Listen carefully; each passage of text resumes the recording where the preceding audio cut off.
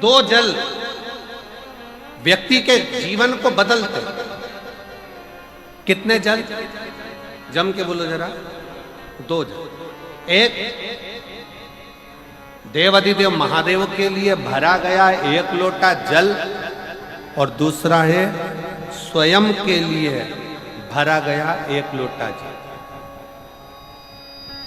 यहां पर अगर बुजुर्ग मेरी माताएं बैठी होंगी, मेरी जीजियां बैठी हैं, मेरे जीजा बैठे हैं, बुजुर्ग जितनी माताएं बैठी हैं, वो पुराने समय का अगर लेख उठाकर देखेंगे तो पुराने समय के लोग भोजन करने बैठते थे ना, तो भोजन करने से पहले अपने पानी के लोटे को भरकर, अपना गिलास भरकर बैठते थे। किसी ने देखा है कि नहीं देखा?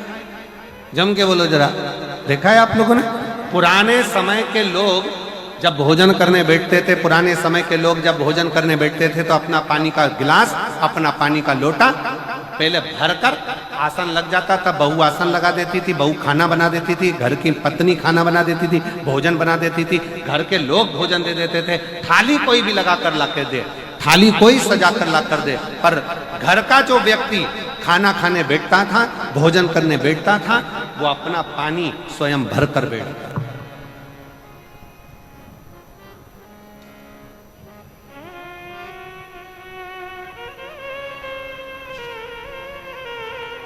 अब आज के जमाने में दुनिया के लोग कहते हैं मैं दुकान चला रहा हूं, दुनिया के लोग कहते हैं मैं घर चला रहा हूं, दुनिया के लोग कहते हैं मैं ये कर रहा हूं। तुम अपना खुद का पानी भरकर तो बैठ नहीं रहे और कह रहे हो कि घर चला रहा हूं।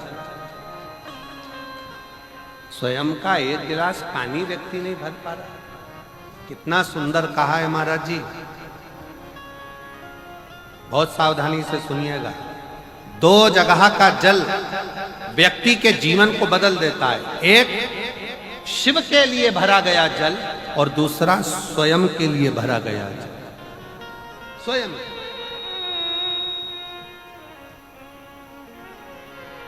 शंकर के मंदिर में जा रहे हो, एक लोटा जल अपने घर से भरकर लेकर चले जाओ और अपने घर में जब तुम भोजन करने बैठ रहे हो, जब तुम रोटी खाने बैठ रहे हो, भोजन करने बैठ रहे हो, भोजन ग्रहण करने बैठ रहे हो, जब तुम भोजन को ग्रहण करने के लिए बैठ रहे हो, तब अपने घर में जब तुम भोजन ग्रहण करने बैठ रहे हो तो एक लोटा जल या एक गिलास पानी भरकर बैठो। बहू अच्छी है, पानी भरेगी, मना नहीं है देगा, पर शिव पुराण की कथा कहती है जो व्यक्ति भोजन करते समय अपना जल स्वयं भरकर बैठता है, उसकी जिंदगी में से 3 रोग समाप्त हो जाते हैं। कितने रोग समाप्त हो जाते हैं? 3। पहला, अपना जल स्वयं भरकर बैठने वाले के घुटने का कभी भी डॉक्टर उसके घुटने बदलने का बोलेगा ही नहीं, घुटना बदल ही नहीं सकता। स्वयं का जल भरकर बैठो। दूसरे नंबर पर, जिसकी रीढ़ की हड्डी में कमर से लेकर कंधे तक जिसकी हड्डी में दर्द होता हो, या जो सुबह सुबह सोकर उठता हो और उसके कंधे दुखते हो या पीठ दुखती हो। दूसरे नंबर का रीढ़ की हड्डी का दर्द। और तीसरे नंबर का डॉक्टर को दवाई खा खा कर परेशान हो गए और आधा सिर का रोग, भुकुटी, ये भौएं दुखती हो, सिर दुखता हो, ये कान के पास का दर्द होता हो, तो अपना भोजन करते समय अपना पानी स्वयं भर कर बैठो। आपको ये 3 रोग से मुक्ति अपने आप मिलना प्रारंभ हो अपने आप। अब किसी ने कहा गुरुजी पत्नी पानी लाकर देती है, पति पानी लाकर देता है, बेटा पानी लाकर देता है, बहू पानी लाकर देती है, पोता पोती पानी लाकर देते हैं, नाती पंती पानी लाकर देते हैं, नौकर लगे घर में वो पानी लाकर देते हैं, सेवादार लगे घर में वो पानी लाकर देते हैं, तो हमको पानी लाना क्यों जरूरी है?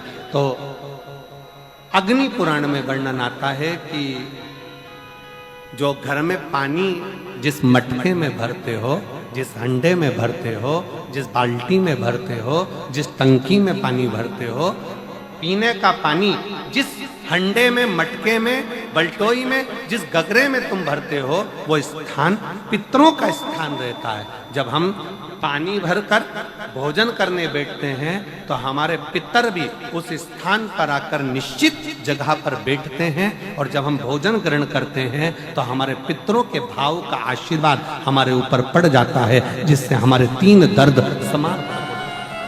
स्वयं भरो, स्वयं।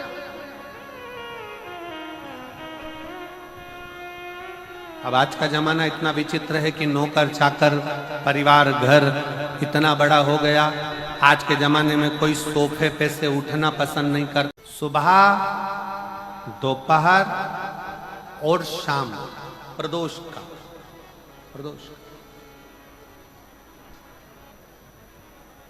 ये 3 समय एक ऐसा समय है, मान लो सुबह यदि आपको समय ना मिले भगवान शंकर का गुणगान करने के लिए, मान लो दोपहर का समय ना मिले शंकर भगवान का गुणगान करने के लिए, तो शिव पुराण कहती है जब सूर्य डूब रहा हो, प्रदोष काल का जब समय हो, तब उस शंकर का गुणगान करो तो सारी जिंदगी तुम्हें किसी के आगे हाथ नहीं फैलाना पड़ेगा।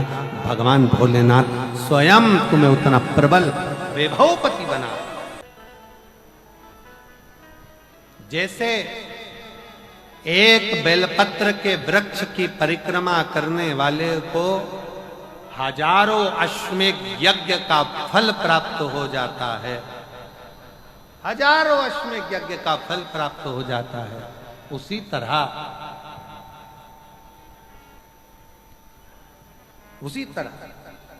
एक पार्थिव लिंग का निर्माण करने वाले को, मिट्टी का शिवलिंग का निर्माण कर कर पूजन करने वालों को 12 ज्योतिर्लिंग के शिवलिंग के दर्शन का पुण्य फल प्राप्त।